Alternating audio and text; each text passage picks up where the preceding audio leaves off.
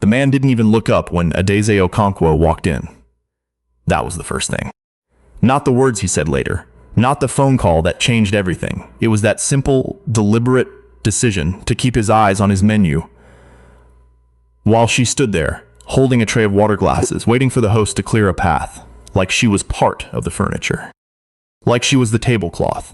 Adaeze had been working the floor at the Hargrove Grand for 11 years. 11 years of white linen and crystal stemware and men in suits who looked right through her. She knew the rhythm of this place, the way a musician knows a song she's played 10,000 times. The way the kitchen doors swung on a Tuesday night. The way the sommelier's voice dropped half an octave when a guest ordered something cheap. The way certain tables near the window attracted a particular kind of guest. The kind who believed that being wealthy meant never having to acknowledge the person pouring their water. But this one was different. His name was Sterling Vance. She'd heard it from the host, whispered with the particular reverence that staff reserved for guests whose reservations came with a note attached to VIP. Sweet guest, handle with care. Sterling Vance. 53 years old, third-generation money, the kind of man whose grandfather had built something, and whose father had grown it, and who himself had simply never lost it. He came to Chicago twice a year for board meetings, and he always requested the corner table by the window, and he always ordered the same thing, the dry-aged ribeye, medium rare, with nothing on the side. Adaeze set the water glass down without a word. "We're not ready," he said, still not looking up. Across from him sat a younger man she didn't recognize. Late 20s, sharp suit, the careful posture of someone who was performing competence rather than possessing it. "Of course," Adaeze said. "Take your time." She moved back toward the service station, refilling a bread basket at another table, keeping her peripheral vision on the corner. She'd learned that too over 11 years. How to watch without being seen watching. If you've ever felt invisible in a room full of people who should have seen you, stay with this story. Because what happened next is something a lot of people in this world will understand.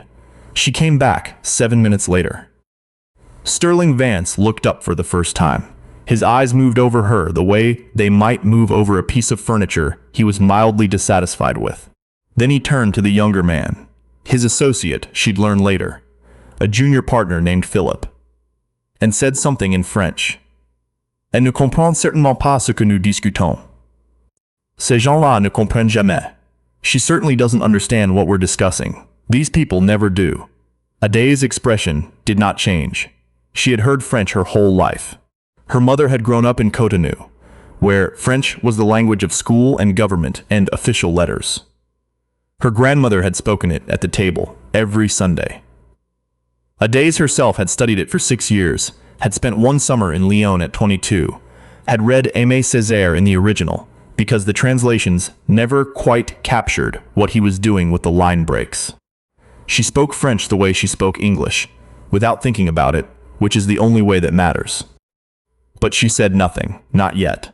She wrote down their orders, the ribeye, medium rare, nothing on the side, and a salmon dish for Philip that he chose after 3 minutes of uncertain deliberation. And she walked back to the kitchen, and she did not let herself feel anything until she was through the swing doors and standing alone near the prep station. Then she took one breath. Just one. Marcus, one of the line cooks, glanced over. "You good?" "Fine," she said.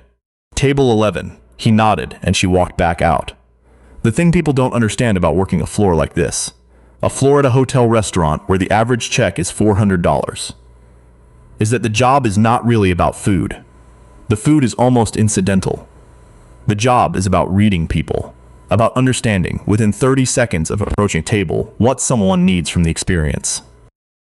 Some guests want to be left alone. Some want to feel seen. Some want to perform their wealth and need an audience, need you to play the role of admiring witness to the theater of their importance. Sterling Vance was performing. That was clear. Everything about him. The way he held the menu, the way he'd angled his chair slightly away from the room, the way he spoke French to his associate in a room full of English speakers, was a performance. Look at me. Look at what I have access to that you don't. Adaeze had seen it 100 times. She'd learned to recognize it as a kind of hunger, actually. A need. The men who truly had everything didn't perform like this. They were quiet about it. The performance was always a signal of something missing. She brought the bread. He said something else in French, this time with a small laugh, and Philip laughed too, the laugh of a man who wants to seem like he understood the joke. She caught the words domestique and comme d'habitude, servant and as usual, and she set the bread basket down and asked, in English, whether they'd like to hear about the evening specials. No, Sterling said. She nodded and stepped back. From the service station, she could still hear fragments. He was talking about a deal. Something about a building on the south side, a development project, negotiations with a city council member. He spoke about it the way he spoke about everything, with the confidence of a man who had never once been told no by anyone who mattered. She refilled the water. She brought the appetizers. She timed everything the way she always did, smooth and invisible, the way the job required. And then the check came. This is where things shifted. And if you're watching this, and you've ever had a moment where someone underestimated you so completely that they handed you the means of their own embarrassment, you'll know exactly what this felt like. Sterling Vance looked at the bill. He looked at it for a long moment. Then he said, in French, not lowering his voice at all, "C'est ridicule. Pour cette qualité de service, ils devraient nous payer. This is ridiculous. For this quality of service, they should be paying us." Philip smiled, the uncomfortable smile of someone who isn't sure whether to agree or redirect. Adaeze stood at the edge of the table, the leather check presenter in her hands, and for 11 years of patience, compressed into a single moment, she made a decision. She looked at Sterling Vance directly, something she'd carefully avoided doing all evening, knowing that direct eye contact with a certain kind of guest could be read as provocation, and she said, in French, in the same conversational register he'd been using all night. Si vous avez des préoccupations concernant le service ce soir, je serais heureuse de les transmettre au directeur. Mais pour ce que ça vaut, le ribeye que vous avez commandé est notre plat le plus populaire. Et la cave de vin que vous avez choisie ce soir est l'une de nos meilleures. Je suis désolé si l'expérience n'a pas été à la hauteur de vos attentes. I beg your pardon, sir. If you have concerns about the service this evening, I would be happy to pass them along to the manager. But for what it's worth, the ribeye you ordered is our most popular dish, and the wine selection you made tonight is one of our finest.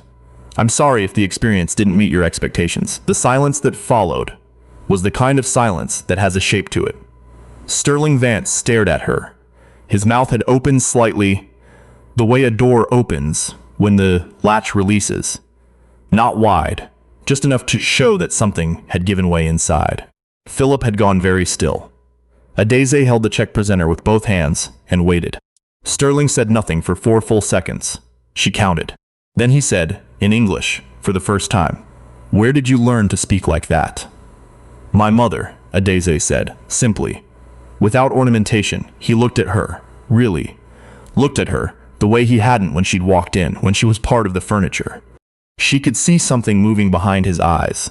Not guilt, not quite. Something more uncomfortable than guilt. The recognition of having been seen doing something you believed you were doing in private. He signed the check. He left a 30% tip, which she noticed because it was unusual for him. She'd looked up his reservation history earlier in the evening, the way she always did for VIP guests. And his standard was 15%, which was its own kind of statement. She said, "Thank you. Have a good evening." And she meant it without irony. Yeah. It was perhaps the most pointed thing she could have offered him. He didn't respond. He put on his coat, and he walked out. Now, if that was where this story ended, it would already be worth telling. But it isn't where it ends.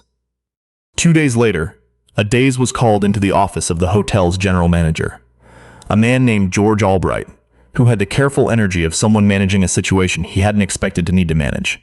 He asked her to sit down. He folded his hands on the desk. "We received a message from Mr. Vance," he said. She waited. George Albright looked at his hands. "He's requested that you be assigned as his personal contact during his visits. He wants to work with you specifically." She let that land. George paused, cleared his throat. "He made a donation to the hotel's employee education fund. Anonymous, but he told me directly, $50,000. The room was very quiet, he said. Another pause. George seemed to be deciding how to phrase something. He said he met someone here who reminded him that assumptions are expensive. Adaeze sat with that for a moment. Then she said, "Is there anything else?" George looked at her with something she hadn't often seen directed at her in this building. Straightforward, that respect. "I think we've been underutilizing you," he said. "I'd like to talk about what that looks like going forward, if you're open to it." She was 41 years old. She had worked this floor since she was 30. She had a degree in comparative literature from Howard University that she'd never mentioned to anyone here. Not because she was hiding it, but because no one had ever asked. She read 3 languages. She had spent 6 years learning everything there was to know about wine, because she found it genuinely interesting.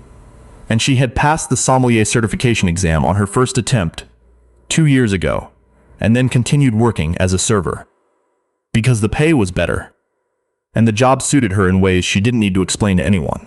"Yes," she said, "I'm open to it. But let's go back. Because the story doesn't start in that dining room, and it doesn't start with Sterling Vance. And if you only take away the part about the French, you'll have missed what this is actually about." Adaeze Okonkwo grew up in Baltimore, the second of 3 daughters. Her father, Emmanuel Okonkwo, had come from Nigeria in 1978, with a degree in civil engineering and an absolute certainty that the work would be recognized on its own terms, which was a belief that the world spent the next 20 years methodically dismantling. He worked. He built things, roads, drainage systems, infrastructure projects, and he watched men with fewer credentials advance past him on the strength of connections he didn't have and a certainty he wasn't permitted. He brought his daughters up with one consistent message, which he delivered in English and Igbo, and occasionally in the French he'd learned during a stint working on a project in Senegal. No more than they expect. Always no more than they expect. Her mother, Chidinma, had grown up in Cotonou in a family where French was not a foreign language, but the language of daily life, of market transactions and school lessons, and the arguments her parents had when they thought the children were asleep. She'd met Emmanuel at a conference in Lagos and followed him to Baltimore with 2 suitcases and a conviction that she would build something wherever she landed, which she did. A catering business, built from scratch, that by the time Adaeze was 12 had contracts with 3 hotels and a university. Adaeze had watched her mother navigate those hotel kitchens for years, had watched the way certain managers spoke to her, the too slow enunciation, the slight raise of the voice, the unconscious assumption that this woman with the accent needed to be handled carefully, explained to slowly. And she had watched her mother absorb it, without breaking stride, without losing composure, responding always with a precision and a warmth that left no room for the condescension to land. "You don't fight that kind of person with anger," her mother told her once, sorting herbs at the kitchen table, not looking up. "You fight them with knowing. They take away your anger and call it aggression. They cannot take away what you know." Adaeze had been 14 years old. She had written it in the margin of a notebook she still had somewhere in a box in her apartment. She had thought about it at 41, standing in George Albright's office, understanding that everything that had just happened had been set in motion 37 years ago at a kitchen table in Baltimore. The promotion took 3 months to formalize. She moved from server to guest experience coordinator with a specific portfolio that included VIP relationship management, a role that had previously been held by a man named Terrence, who had left for a position at a competitor. The salary was 40% higher. The role came with a business card, which she found she liked more than she'd expected. Sterling Vance returned to Chicago in October. He came in on a Thursday evening, the way he always did, and Adaeze met him at the door. Not in the server's uniform she'd worn for 11 years, but in the business attire the new role required. She extended her hand. He shook it. His handshake was firm, and he met her eyes. "Miss Okonkwo," he said. "Mr. Vance," she said.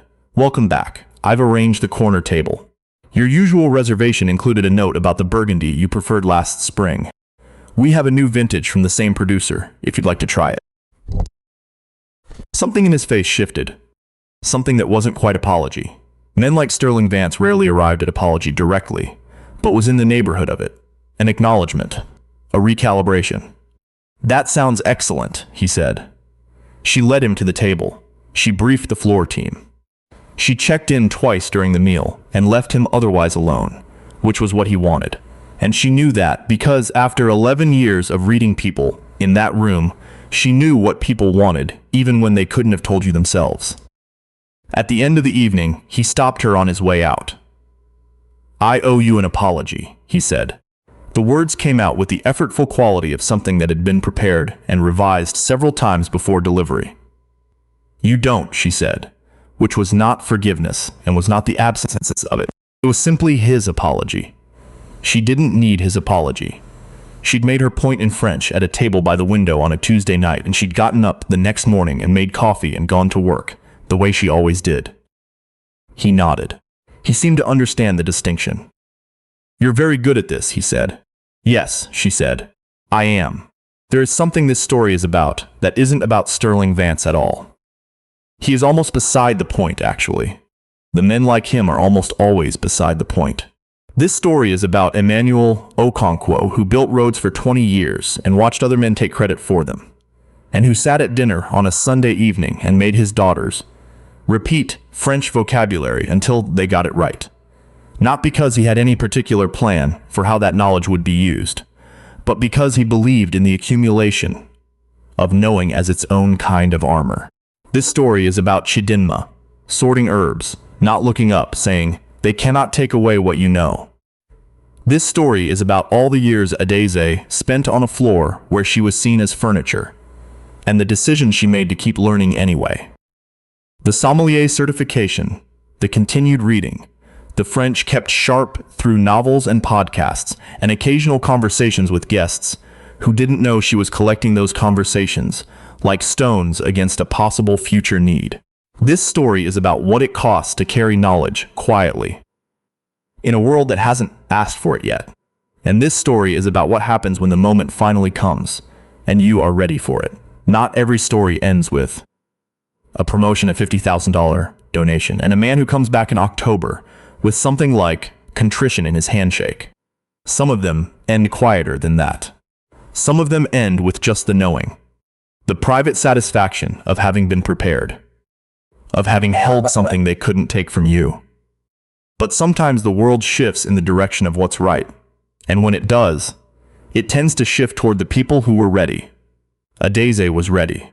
She had been ready since she was 14 years old, sitting at a kitchen table in Baltimore, watching her mother's hands move through the herbs with calm and absolute precision, writing something in the margin of a notebook that she would spend the rest of her life proving true. If this story reminded you of someone, maybe yourself, maybe someone you love, someone who carried more than the world gave them credit for, leave their name in the comments. We read every single one. And if you want more stories like this one, about the people the world underestimated and the moments that set things right, you know what to do. We'll be here. And we'll keep telling these stories for as long as there are people who need to hear them.